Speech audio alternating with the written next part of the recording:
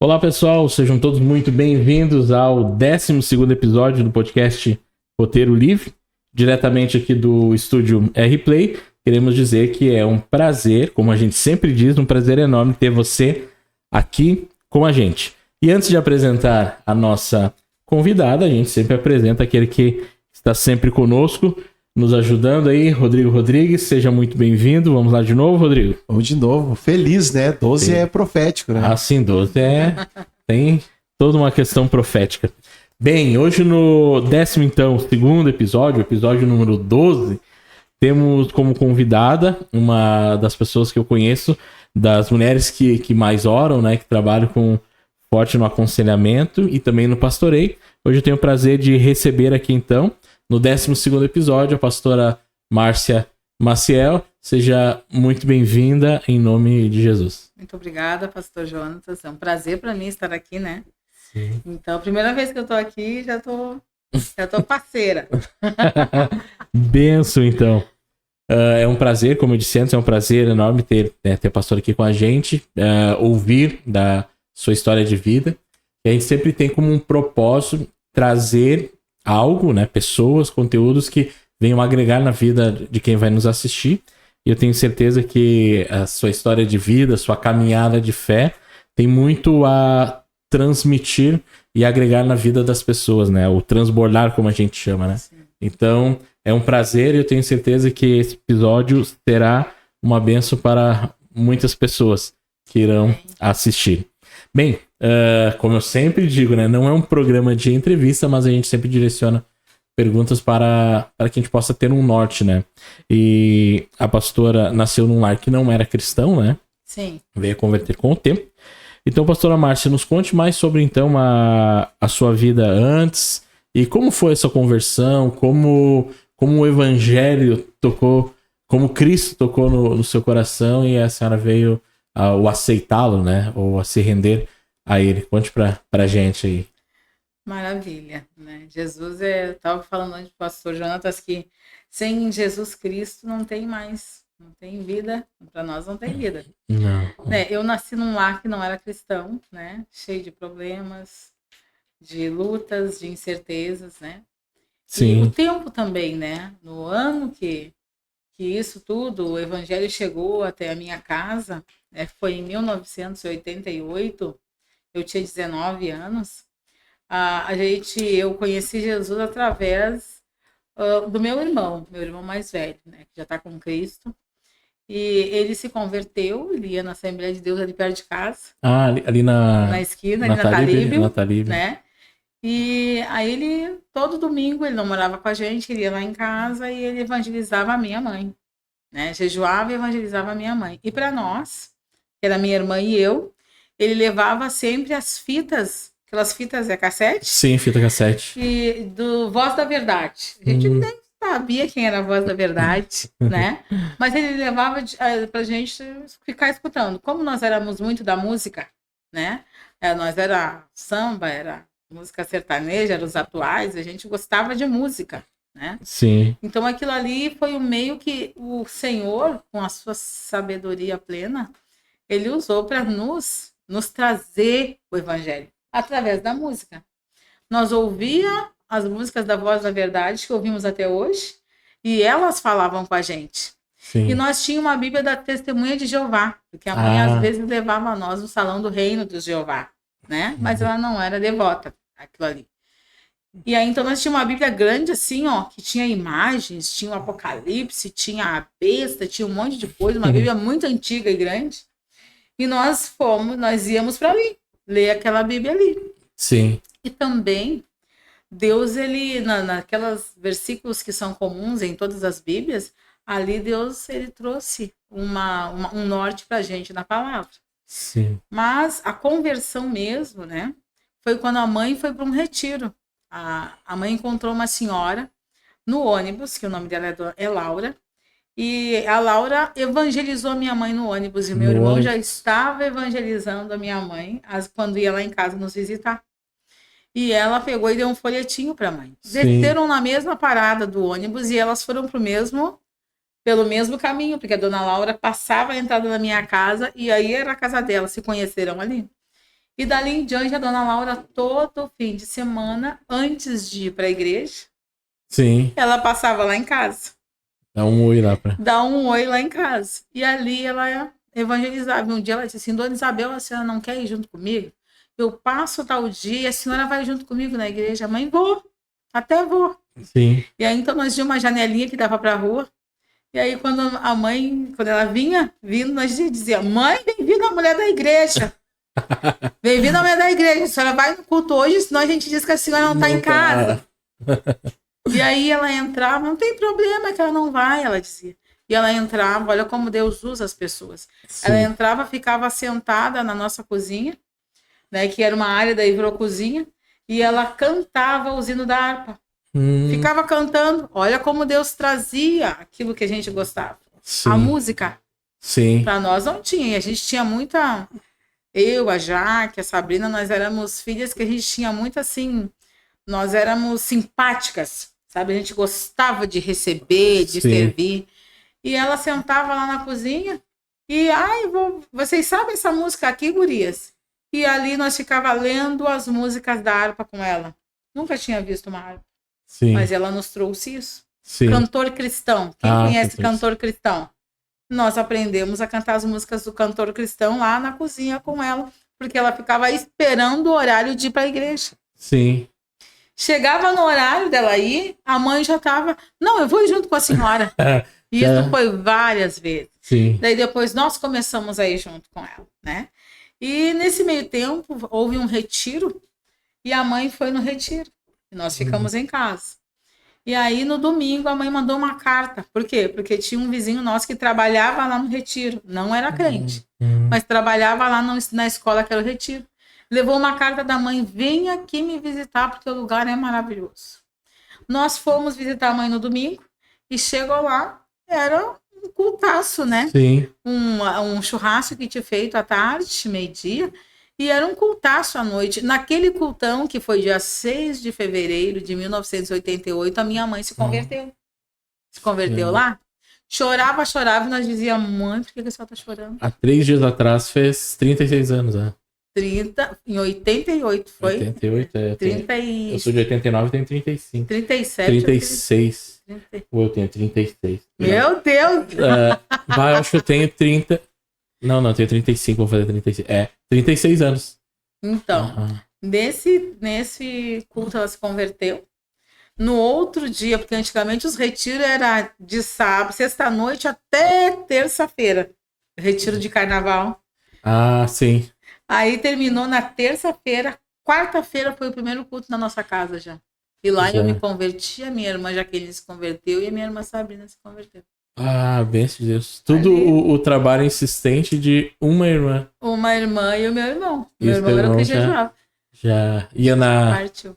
Os dois. Olha, foi muito incrível assim, gente. Mas a conquista ali foi a sabedoria, porque Deus tudo ele trazia na música pra gente. Sim. Né? O ponto de contato, o ponto que mais gostava era a música. Foi muito legal. Assim. Ah, que benção. Bem, a pastora desenvolve também um trabalho, né, com aconselhamento, oração, agora é a casa de oração, né? Intercessão também. Como foi, então, esse despertar da parte de Deus na sua vida? A gente já veio conversando no carro, né? Como aconteceu, essa pastora? Compartilha aí esse chamado que Deus colocou. Mudança, né? Essa mudança, Foi muito legal. Assustadora também, né? Mas foi muito legal, gente. Eu tava... Isso foi em outubro, eu comentei, né? Foi lá pelo meio de outubro, por ali. Eu pós-enchente, tanto já veio assim de uma avalanche de coisas diferentes, de mudanças, né? Sim. E eu chego da igreja à tarde e sentei na cozinha e fiquei quieta, assim. A mãe estava lá para dentro de casa, no quarto. E aí eu tive uma visão. E nesta visão tinha uma veste, né? Tinha uma veste assim no chão de bruço. E era uma roupa de samurai, né? Eu gostava muito de olhar filme de samurai antigamente. Era uma roupa de samurai com uma espada do lado, mas estavam no chão, nos fundos da minha casa. E eu sentada assim, fiquei com a mão assim, ó, pessoal. E fiquei olhando para essa visão no ar, mas parecia que era de fora, porque era de fora da minha casa. O ambiente da visão. E quando eu me botei para trás, me joguei para trás na cadeira, a veste se levantou assim, né? E ficou no ar, e veio a voz de Deus e disse para mim: é tempo de tu levantar as tuas vestes proféticas, né? Sim. E sacudir a poeira das tuas sandálias e ir. É outro tempo agora. E eu entendi o que Deus falou para mim, né? Eu entendi. Fiquei quieta, falei para minha mãe, e depois passou alguns dias, eu estava com aquilo ali dentro de mim, Sim. sabe? Aquilo queimando. Queimava. Eu já estava com um movimento de oração dentro do ministério que eu estava. Mas aquilo ali não bastou, né? E eu vi assim que eu estava me sentindo que era tempo de eu ir, era tempo de eu mudar. E o Senhor, numa dessas orações, depois da oração, vem ele me dar essa palavra. Eu abro a Bíblia, e quando eu abri a Bíblia, eu não tinha lido. E veio assim a voz de Deus e disse assim, ó, e tu serás chamada casa de oração para todos os povos. Isaías 56:7, né? Sim. E eu olhei na Bíblia, era a palavra que estava ali. Tu entende? Deus estava assim, trabalhando, me convencendo, porque a gente é muito Sim, a gente... territorialista, apegado, né? E aí então eu realmente ouvi que eu tinha que mergulhar nesse caminho novo, né? Era o caminho da oração. O ensino, Deus me trouxe muito forte de ensinar a oração, entende? Levar o povo a mergulhar nessa arma mais poderosa que a igreja tem, a fé e a oração. Sim. O jejum, a fé, a oração, isso não é loucura. Isto é vida com Deus. E é vida de propósito, de milagres. Sim. Né? Para ver milagres acontecer. Sim. O orar sem cessar, o diálogo com Deus, as disciplinas espirituais que a gente chama, o jejuar, a vigília, enfim, a oração são o ponto que nos aproxima de Deus. Verdade. E que muitas vezes na igreja atual isso está sendo deixado de lado, né? Então quando a gente resgata e entende o poder que há numa oração, o poder que há numa busca, né? A igreja se volta mais, né? A igreja, que nem a gente vê em memezinhos de rede social, a igreja que vence é aquela igreja que ora, né? A igreja que tá de joelho e tudo mais, né? E muitas vezes isso tem se perdido, né? Porque eu acho que chegou o ponto de a gente querer terceirizar até pros sacerdotes, pros pastores, enfim, a oração, e na verdade deve ser algo de toda a igreja, né? A função ali é ensinar a mergulhar nisso, como a pastora falou, nesse acesso ao poder que é a oração em si, né? Bem, pastora, nesse caminhar de fé, né, muitos milagres, a pastora já testemunhou um monte, né? Nos conte se a pastora lembra de algum que deseja compartilhar, que sempre, quando perguntam isso, vem à memória um milagre. Pode ser por mais simples que aparenta ser, ou mais complexo aí. A pastora deseja compartilhar algum milagre que a pastora visualizou já nessa caminhada de fé. Nossa, e é uma coisa que eu quero voltar a viver, né? Sim. Eu quero que comece a acontecer ao meu redor de novo, né? Sim. Uma delas foi o que mais me impressionou, uma das que mais me impressionou foi numa campanha, que eu estava comentando até isso há pouco tempo, uma campanha que teve em Porto Alegre, né?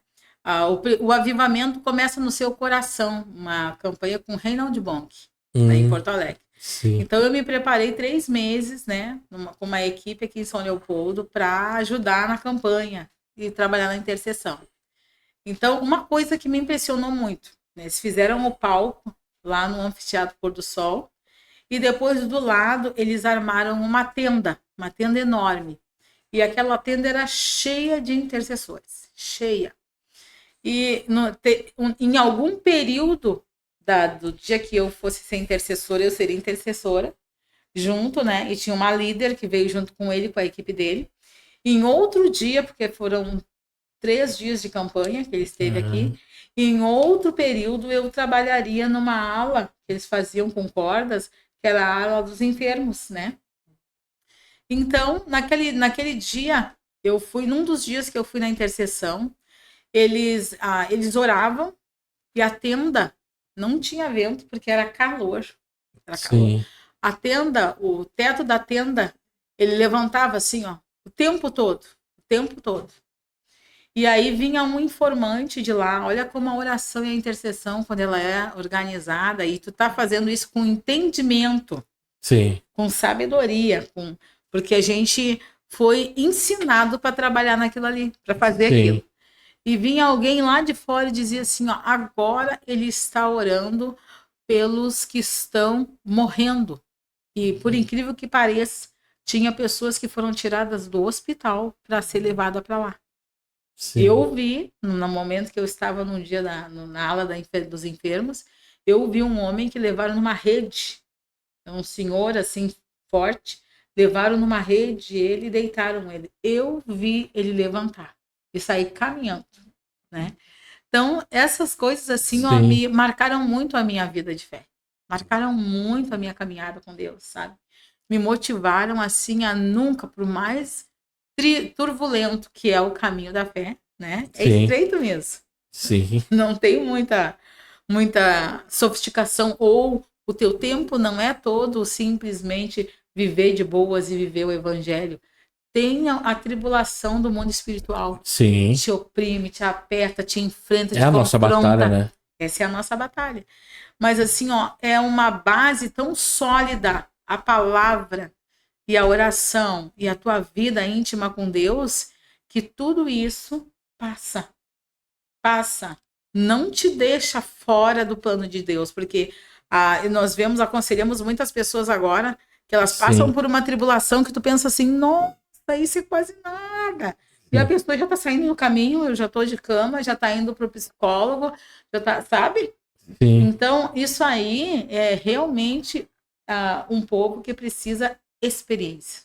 Eu não estou dizendo que a igreja não tem, Sim. mas as pessoas hoje, né, precisam viver mais essas experiências. Até eu preciso disso agora, nesse tempo. Sim. Né? E essa caminhada nova tem tudo a ver com esse desejo que está no meu coração. Sim. E que eu vejo assim que Deus me direcionou muito forte. Sim. Né? Que é ensinar oração, jejum, vida com Deus, palavra, madrugada. Sim. Entende? Que de madrugada me buscam, vão me encontrar. Sim. Né? Nós focamos em muitas outras coisas hoje. Sim. Entende? Não, e foi interessante que a pastora mencionou que tudo isso que a pastora viu, quem é cristão há mais tempo testemunhou, década de 70, década de 80, 90, e não cessou. Aquilo está vivo. Aquilo tá vivo, não está disponível, né? Basta nós ir buscar novamente, né? O mesmo Deus que operou milagres lá na primeira era, lá em 1960, 70, 80, é o mesmo Deus que está disponível a operar os mesmos milagres em pleno ano 2025, né? Basta a igreja, né, se voltar.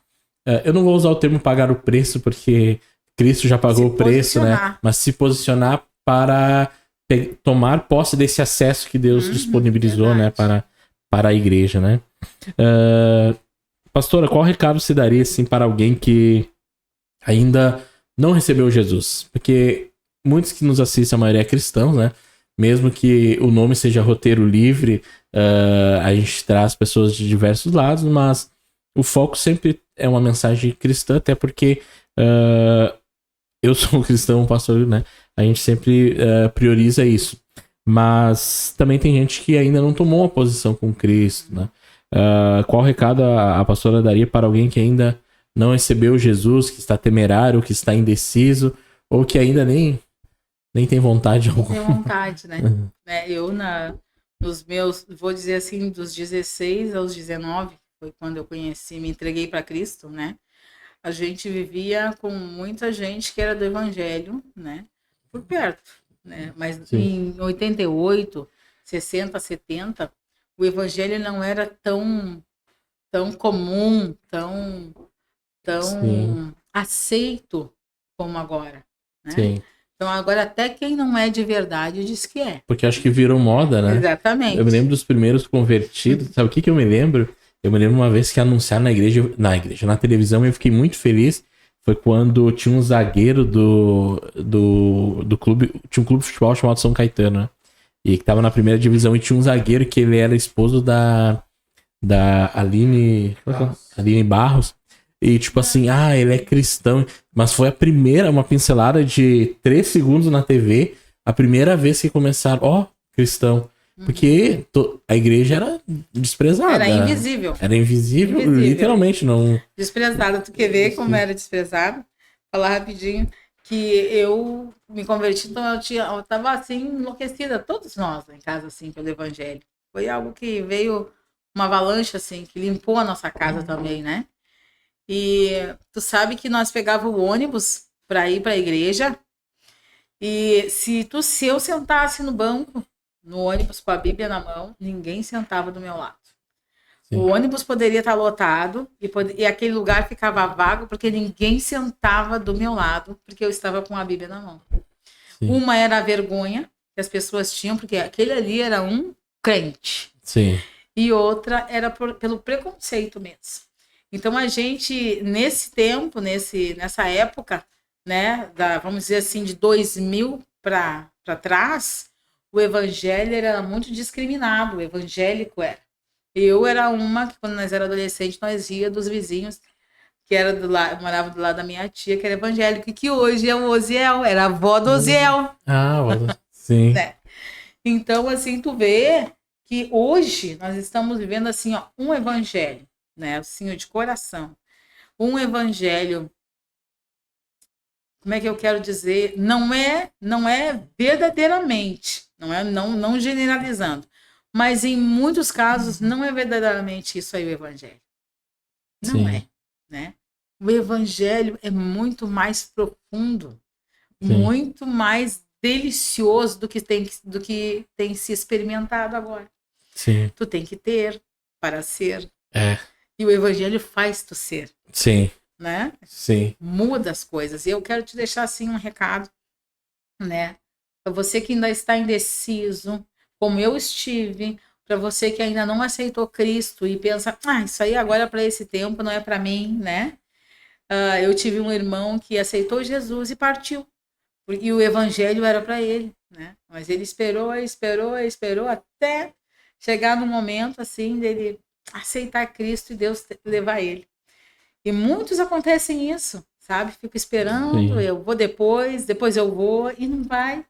Eu quero te dizer assim, não só por um medo de morrer, mas por uma segurança, porque a eternidade ela é real, ela é verdadeira, ela vai acontecer. E ela acontece até hoje.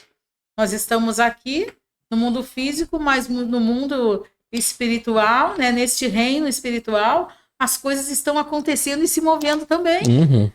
E a eternidade ela vai vir para aquele que terminou o fim da vida, não sabe que dia vai ser, não sabemos também, a gente não quer saber, mas eu quero te dizer assim, você precisa se preparar para isso.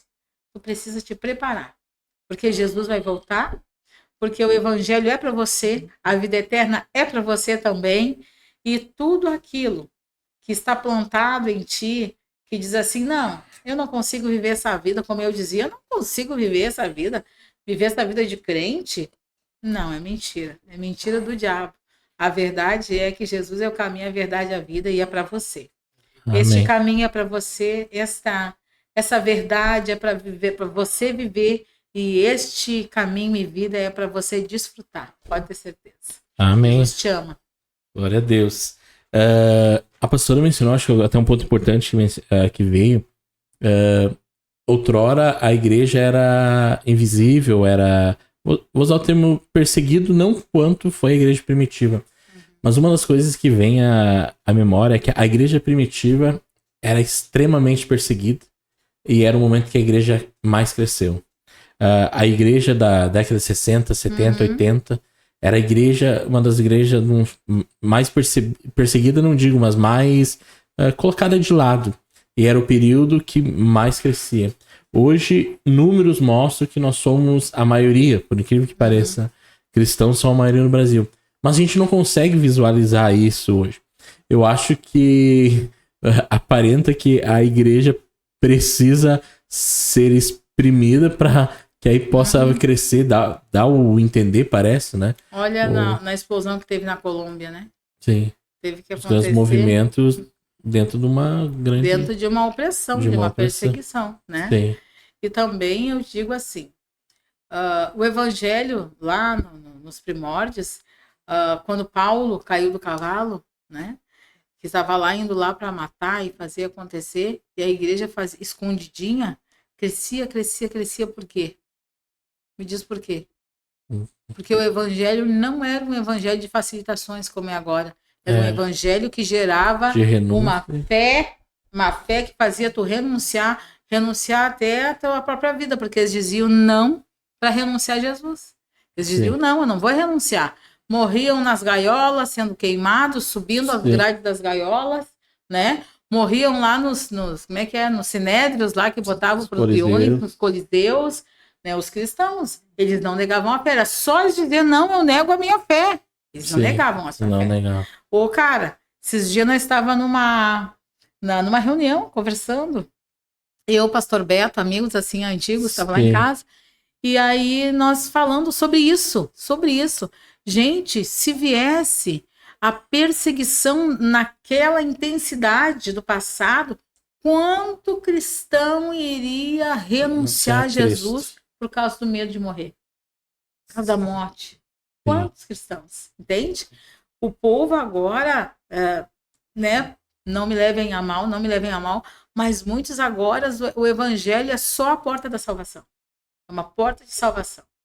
Não é uma porta de transformação, não é uma forma. E o evangelho é uma forma de transformação. Para Cristo realmente dizer, tu é meu filho, tu tem que pelo menos começar a se tornar um pouco mais parecido com ele. Olha quanto Deus trabalhou na gente, trabalha para a gente se tornar cada vez mais parecido com a personização de Cristo, né? O varão perfeito, como diz a Bíblia. Não a palavra cristão, né? A palavra, o que é cristão? Cristão é pequenos cristos, ou seja, eu devo buscar a minha ser mais parecido com o próprio Cristo, né? Eu sou aquela representação. Então, e para mim ser parecido com Cristo é renúncia, parecido com Cristo é um trabalhar contínuo, né? Como o pastor falou, não acho que é só um passaporte para uma vida eterna e deu. Não, há uma transformação. E na verdade, a partir do momento que a gente entrega a nossa vida a Cristo e o Espírito Santo toma conta, a gente se torna templo do Espírito, o Espírito nos indaga, né? E nos coloca a pensar, não, isso é errado, isso aqui eu preciso mudar, isso aqui eu preciso consertar, isso aqui eu preciso perdoar, eu preciso amar, eu preciso, enfim, né? Um trabalhar, né? Que o próprio Espírito Santo coloca, né, dentro de nós, né? Ele trabalha, né? Trabalha. Essa pessoa é incrível, trabalha assim, poderosamente, porque eu não era coisa boa, né? Eu era muito braba. Muito braba, muito brigona. Ainda tô um pouco, mas antes era terrível. Mas agora como é que é? É briga com amor. Aí briga com amor não ofende, mas só brigou. Tá aqui, ó. Não, é benção. Também eu acho muito importante. Também, por isso que tudo não pode ser 8 ou 80, né? A gente fala do efeito mal. Porque muitas vezes o que acontece hoje, algumas certas perseguições, que nem eu vi um videozinho há um tempo atrás, umas 2, 3 semanas, de um senhor que estava evangelizando e vinha gente debochar, não sei se tu viu também, acho no centro de São Paulo e tudo mais, por causa aquilo só aconteceu por causa da passividade do cristão, né? Do evangelho. Porque ninguém vai zombar um islã, ninguém vai zombar outra religião, mas o cristão sim. Porque ele sabe que o cristão prega a passividade, né? Mas, ao mesmo tempo, eu penso assim, Deus, deixa a gente ser um pouquinho Pedro, né? Em alguns momentos e, né? Intervir, porque, não é só porque a gente é cristão que a gente possa, né? Ouvir um monte de coisa, né? É importante. Às vezes eu sou meio Pedrão. Não, tem que ser. Senão... Eu sou meio Pedrão, Bem, pastora, a gente tem um quadro aqui que é o quadro Passo para o Aperta-Mão. Eu vou explicar. É parte de uma ilustração. Digamos que a pastora está caminhando e está vindo em sua direção uma pessoa, um tema, ou enfim, um personagem, um objeto. E a pastora tem 3 opções. Ou a pastora passa, no sentido de ignorar. Isso aqui eu ignoro, isso aqui eu não gosto, isso aqui eu reprovo. tem o paro, no sentido de que não passo, mas também não aperta a mão. Posição de neutralidade. E a última opção é aperto a mão. No sentido de que, não, eu concordo com essa pessoa, com esse objeto, com esse tema. Enfim, é um modo suave de dizer discordo, sou neutro ou concordo, né? O outro convidado lá que falou do... eu tiro e coloco o chapéu do Raul Gil. Só que aqui com a opção a mais, né? Que é a parte de neutralidade. Mas os temas são bem, né? Sou sempre suave. E é bem tranquilo os temas. E aí até porque é importante ouvir a opinião do pastor, porque sempre é a ver com o convidado, né? A gente começa a stalkear o convidado e eu acho que isso aqui é importante, acho que isso aqui é aquilo. E aí hoje vai ser acho que só temas, mas vai ser bem importante. E até pra escutar a opinião da pastora. Vamos lá pro primeiro tema, vai aparecer aqui na TV. O primeiro tema, que a pastora ama, né? Uma igreja de oração. A pastora tem a opção de passar, que eu acho impossível, parar ou apertar a mão. E o porquê, a justificativa, se a pastora concorda, ou posição neutra, ou discorda, o porquê dessa aprovação em relação a uma igreja de oração. Né? Eu aperto a mão, né? Paro e aperto a mão.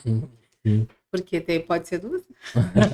Para a neutralidade, mas certo aperta a mão. Né? Aperta a mão, então. Porque a oração é um comando, né? Sim. Não existe um relacionamento com o céu sem orar, sem dialogar com ele, né? Sim. E quem exercita, a igreja que leva isso aí a cabo, a sério, porque em muitos se perdeu. Mas que levam isso aí a cabo, está ali, edificando. Sim. Não tem como tu edificar, né? Se tu não levar a igreja a uma vida de oração. Mas não é só a oração, porque eu quero ganhar, eu quero conquistar, eu quero também. Mas a oração para te edificar em Cristo. Sim. Se lembrar que tem outro ambiente para te viver, para te gerar. Sim. Precisa gerar uma vida com Deus. Sim. Uma linguagem celestial, né? Sim, sim. Então é através da oração. Sim. Eu paro, sim. Eu aperto a mão. Sim. O importante a gente hoje só usa a oração para pedir, né? Claro que tudo vai ser pedir oração, mas a gente pede bênçãos, bênçãos e bênçãos. Mas ao mesmo tempo, também devemos orar. Deus, trabalhe em mim nisso que eu preciso melhorar. Deus, aquilo que eu preciso melhorar, por favor, me mostre. Deus, aquilo que eu preciso melhorar para ser mais parecido contigo, me mostra. Essa oração também é muito... deve ser viva. Eu cantei muito aquela música para mim mesma. Para mim mesma. Olha, muitas vezes deitada na minha cama, e às vezes eu canto. Me ajude a melhorar. Me ajude a melhorar.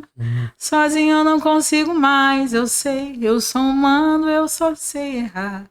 Sim. Me ajude a melhorar. Muito cantei isso aí, sem ter vontade de orar, sem me ajoelhar, e parece que me ajoelhando sem sentido. Sim. Né? Porque tem tempo que é o tempo que tu tem que gerar mesmo aquilo que tu não parece que tu não tem nada, né? Para orar. Vai dizer que não tem. Aquele momento que tu vai pro joelho, assim, parece que não tem nada. Tu deita na cama para orar, ou para falar com o pai, ou para ter aquele momento ali. Tô deitada na minha cama com meu pai, conversando com meu pai. O Espírito Santo sente aquela aproximação, né? Mas tu não tem nada para falar. Aí vinha essa musiquinha assim, ó. Ou eu dizia, Deus, eu não tenho nada para falar. Eu tenho um monte de coisa para falar, mas não tô conseguindo falar nada. E o Espírito Santo começar a gerar dentro de ti. Sim. Entende?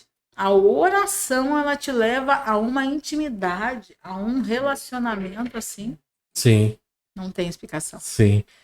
Por mais que a gente chega, dia de oração, chega sem palavras, né? E mesmo assim, Verdade. vai indo, Deus vai falando. Muito verdade. E começa a mostrar, né? Através de louvores, através de um texto bíblico, através de uma palavra que tu viu no teu dia a dia. E Deus, ali, ó, eu acho que isso aqui que eu preciso, né? E é esse tipo de oração também que tem que estar viva, a oração do melhorar, né? Do ficar mais parecido com Cristo. E é lógico que a partir disso as bênçãos fluirão, né? A gente cria uma intimidade com Deus, um contato com Deus, que ele escuta a tua oração de petição também, de todas as coisas. Deus, me ajuda a fazer isso, a fazer aquilo, me ajuda a construir isso. Deus vai ouvir, porque tá próximo dele, né? Tu tem uma vida de oração.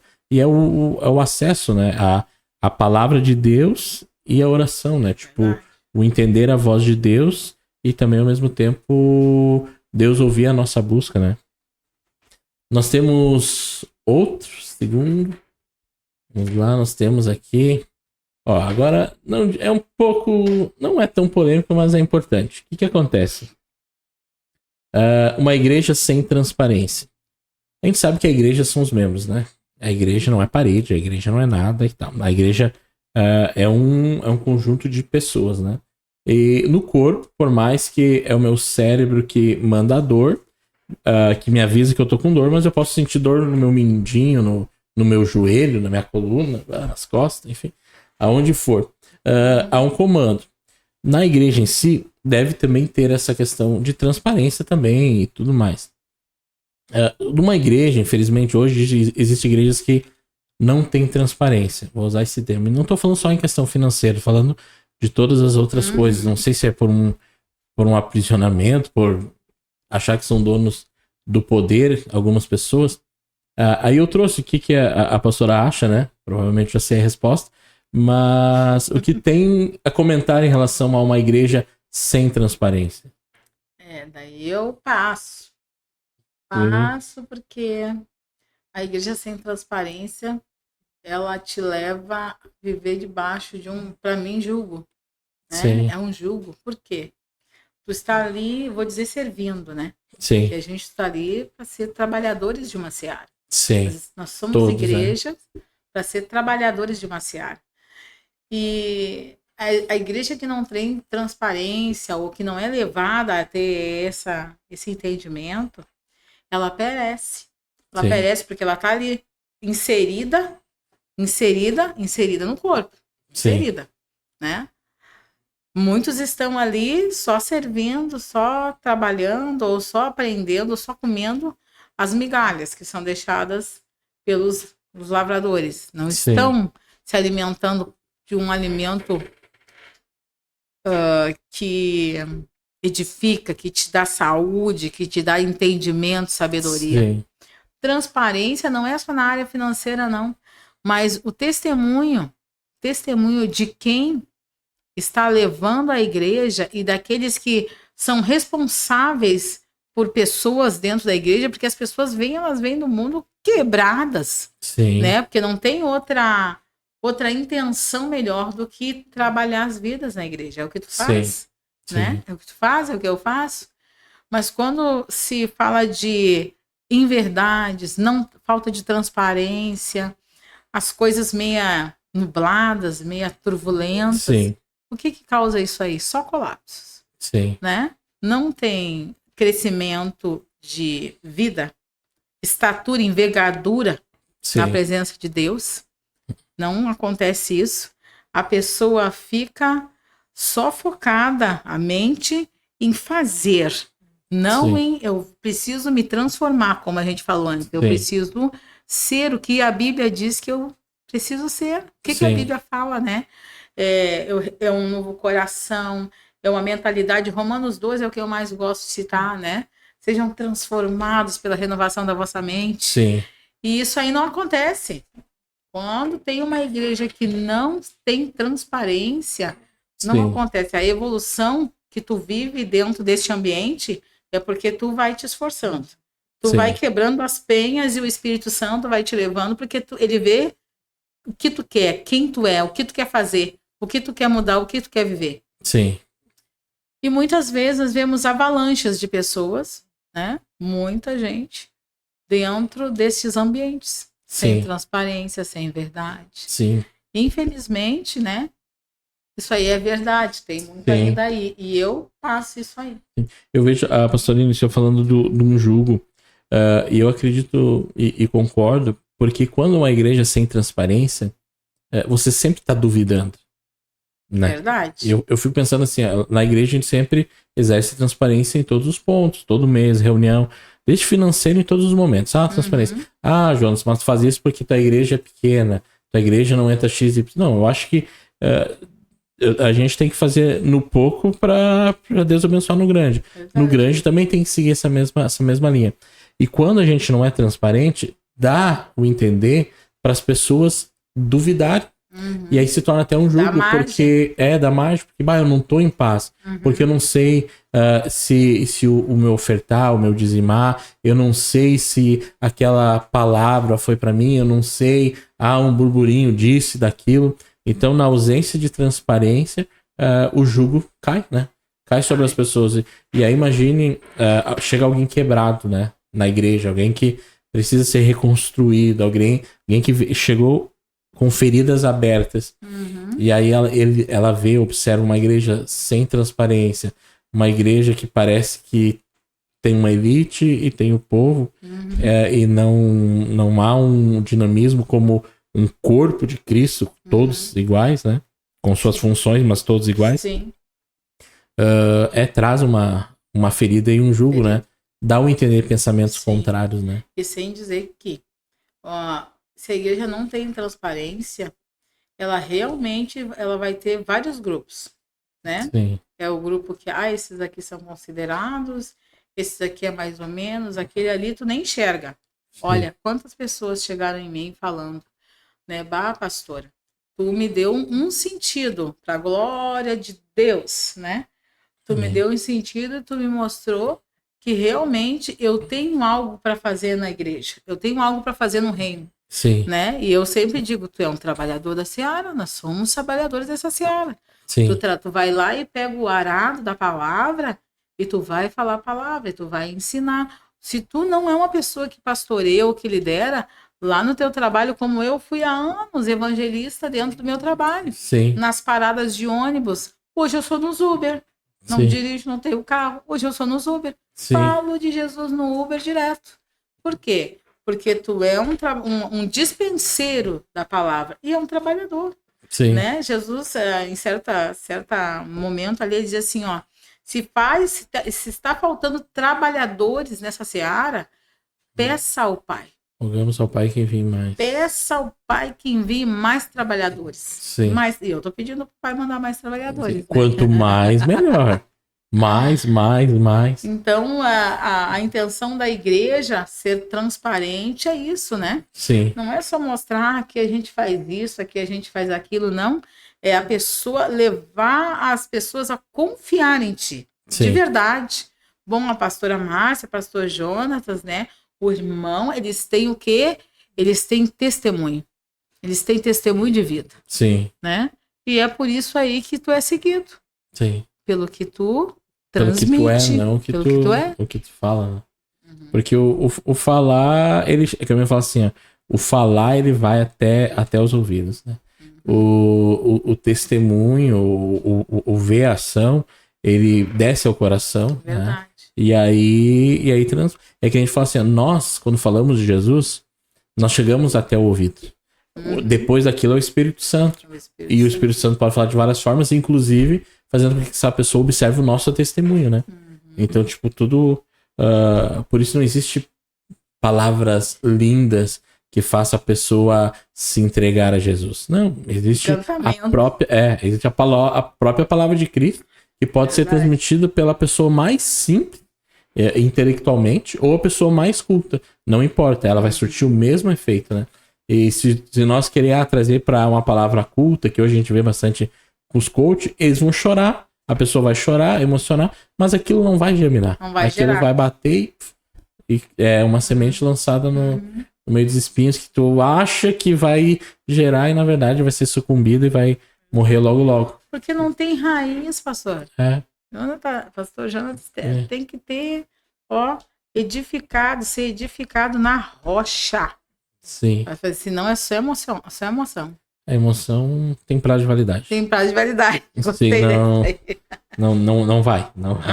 E é isso que é importante. Eu fico pensando assim, nas igrejas antigamente, né? Claro, como se eu fosse, né, muito idoso, mas eu observava, às vezes o porteiro na frente da igreja, passava alguém e ele lá entregava um folhetezinho. E aí quando menos esperava, aquela pessoa vinha, acho pela insistência, e assistir o culto. Claro que alguns já trocavam de rua, né? Já nem passavam na frente da igreja por causa daquele porteiro que ficava instigando sempre a pessoa a entrar. Mas algumas, as pessoas entravam. E dali gerava conversões, e ali daquela conversão ia transmitido para casa daquelas pessoas, e aí familiares, e quando veio de uma pessoa, tinha 10, 15 pessoas que entregaram sua vida a Cristo, né?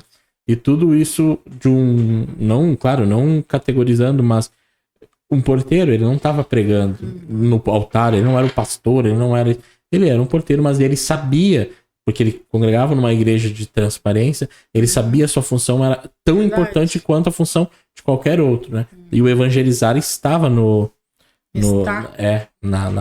sua veia, né? No DNA espiritual, né? Muito bom. Tem uma coisa também, pastor, dentro desse assunto, que eu estava me lembrando aqui, é que a família falou uma coisa que a gente falou muito quando trabalhava em células, né?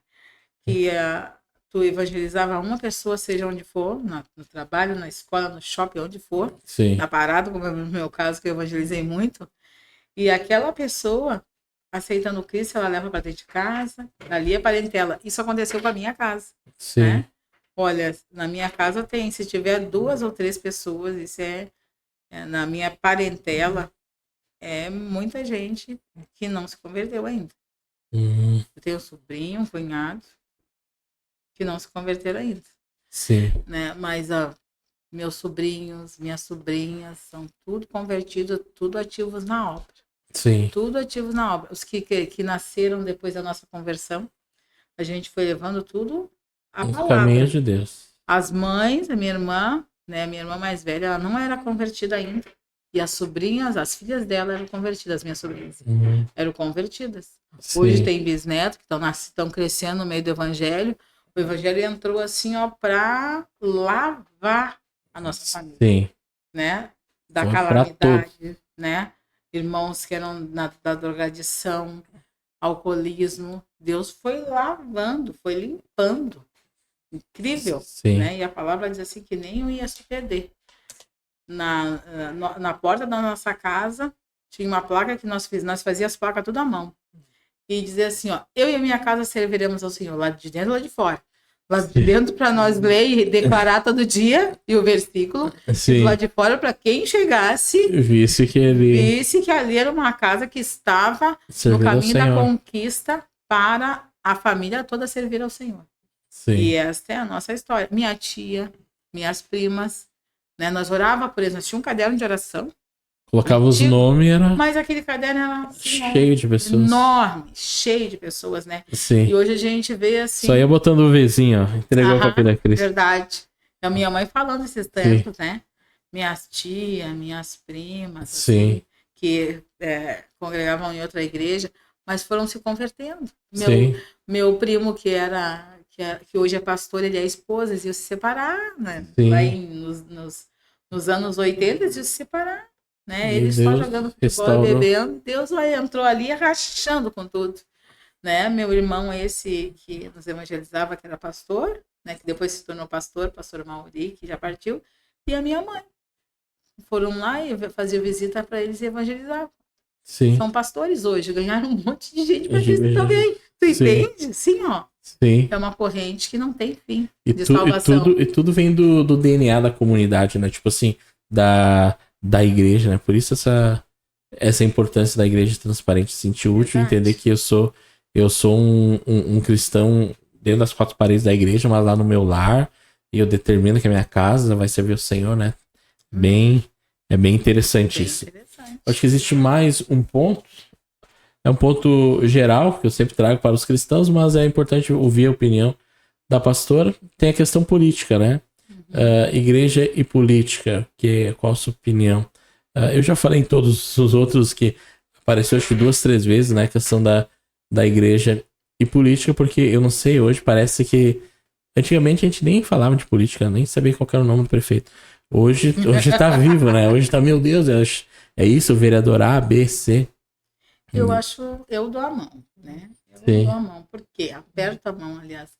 Porque a igreja, Israel, sempre esteve inserido dentro da política. Sim. Não é verdade? Os reis, né? Rei Davi, rei Saul, seja esse qual foi o fim deles, né? Mas sempre teve esse negócio aí. Sim. O presidente, que bom que nós tivemos aí um presidente, né? Que falava bastante no evangelho, que a esposa era uma evangélica Sim. bem firme. A gente seguiu bastante ele ali, né, acompanhando eles. Infelizmente, não é mais eles. Sim. Mas a política eu acho muito importante. A igreja entender, não é se envolver a ponto de ficar disseminando isso, tendo discórdia, né? Mas para somar através da oração. Sim. Se a gente, eu não me lembro o nome do país, tá? Que até é um país onde eles faziam aquelas bolsinhas com aqueles negócios que nasce dentro da água. Não estou lembrado.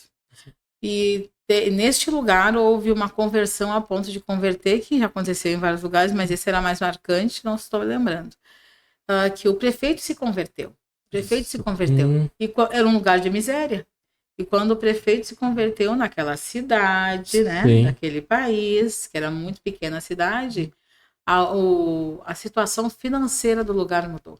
Mudou completamente. Por quê? Porque daí eles começaram a produzir as bolsas junco, as bolsas de junco, né? E era o que nascia lá em abundância. Sim. E eles começaram a secar. Eu até vi um curso disso aí esses tempos, me lembrei da história. Começaram a secar o junco. Aproveitaram e faziam como eles fazem aí com essas folhas, não sei, de bambu, alguma coisa assim, que eles faziam bolsas, e as bolsas de junco, tu pode olhar, elas eram vendidas por valores altos lá nos Estados Unidos. Então, o povo começou a prosperar, e eles eram uma cidade que prosperou a partir daquilo ali. Mas por quê? Porque eles foram lá, né, o líder, o prefeito foi lá e pediu perdão a Deus. Pediu perdão a Deus, porque era um lugar que havia muitas mortes, tinha tido muitas mortes no passado, isso é muito importante também, né?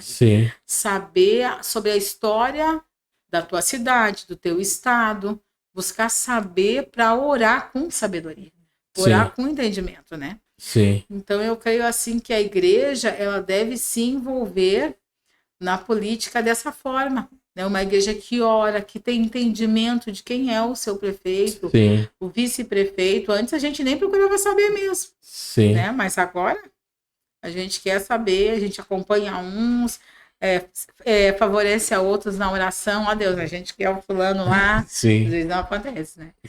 Mas eu acho que é muito importante, eu aperto a mão, sim, a igreja precisa orar pela política do seu município, seu estado, o país. A gente ora muito pelos nossos governantes, né? A gente ora, pede a Deus, porque se o líder, o presidente é bom, se o governo que está sobre nossa cabeça é bom, o povo fica alegre, como diz a Bíblia, né?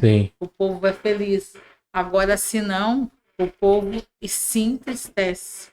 Né? Então é isso que tu tem que entender como igreja, né? Saber que você tem essa responsabilidade de orar pelos governantes, os que formam a política, né? Que é trabalhado ali dentro da política. Ora. E não te preocupe, que o resto é Deus quem faz. O braço de Deus não está encolhido, né? Que não vai ouvir a nossa oração e mudar a história da nossa cidade, né? Nosso estado. E é importante esse exemplo, né, dessa cidadezinha, enfim, porque o jugo sempre esteve ali, né? E só que talvez antes Deus não tinha despertado na cabeça daquele prefeito, daquele líder, a visão de, olha, aquela que vocês têm em abundância aqui, que vocês desprezam, que é essa folha de junco, tá mudando, pode mudar a economia, né?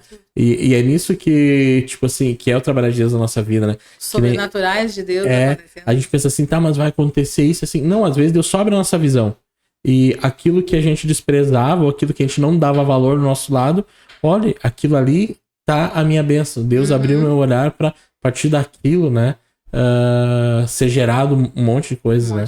Deus tem seus diversos trabalhar, mas às vezes as pessoas assim, vai vir aqui, Deus vai cair um pacote de dinheiro, vai não sei o que lá. Não, Deus. Tal coisa. Vou ganhar na loteria. Né? O junco era invisível, sempre esteve ali. Era invisível. Às vezes a pessoa é invisível, né? Ou a igreja, ela é uma potência que está ali como um touro atado num toco podre. Sim. Toco podre. Tá ali, o touro atado, era só ele fazer assim e sair.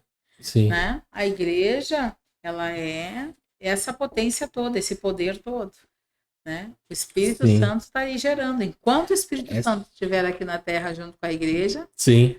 É só a igreja é só movimentar. a igreja É assim como o boi dá um passo, esticou a corda, ele quebrou. A igreja é a mesma coisa. Dá um passo, ativa. Se mover. Aí a partir daquilo começa a observar. Verdade. Todas as coisas. Deus começa a abrir visões, né? Deus começa a mostrar coisas Vem sobrenaturais, palavras. Sobrenatural. Vem a palavra da Bíblia que vem rasgando com tudo, né? Sim. A igreja tem que agir. Só agir, né? Bem, pastor, acho que já estamos quase batendo 1 hora ali, né? Eu agradeço a presença da pastora, a disponibilidade de doar o seu tempo. Tenho certeza que tudo aquilo que nós falamos nesse episódio, tenho certeza que frutificará, né? Que transbordará e que chegará na vida das pessoas, né? Que esse é o objetivo. Então, muito obrigado pela sua disponibilidade de participar com a gente aqui. Prazer foi meu. Que benção, então. Glória a Deus. E nós vamos marcar mais vezes, né? Vamos. A gente vai conversar. Tudo aquilo que envolve Cristo tem que ser anunciado, tem que ser falado, tem que ser divulgado, né? A igreja tem que avançar. É aquilo que nós falamos aqui, ó. A igreja não pode ficar parada. Ela tem que ir, o evangelho tem que ir. E o evangelho com certeza chegará em muitas casas. Marcos 16:15, né? Ah, sim. O ID. Aí o resto Deus vai conduzindo, né? Amém. A grande comissão que Deus sempre deixou vivo. É isso então. Agradecemos a presença de você que ficou com a gente até o final. Siga-nos nas nossas redes sociais. @Roteiro Livre Podcast, tanto para o YouTube quanto no YouTube tu escreve no canal, né? E no Instagram é só você seguir lá. Que Deus abençoe a sua vida, Deus abençoe a sua semana e até mais. Amém. Deus abençoe. Beijo.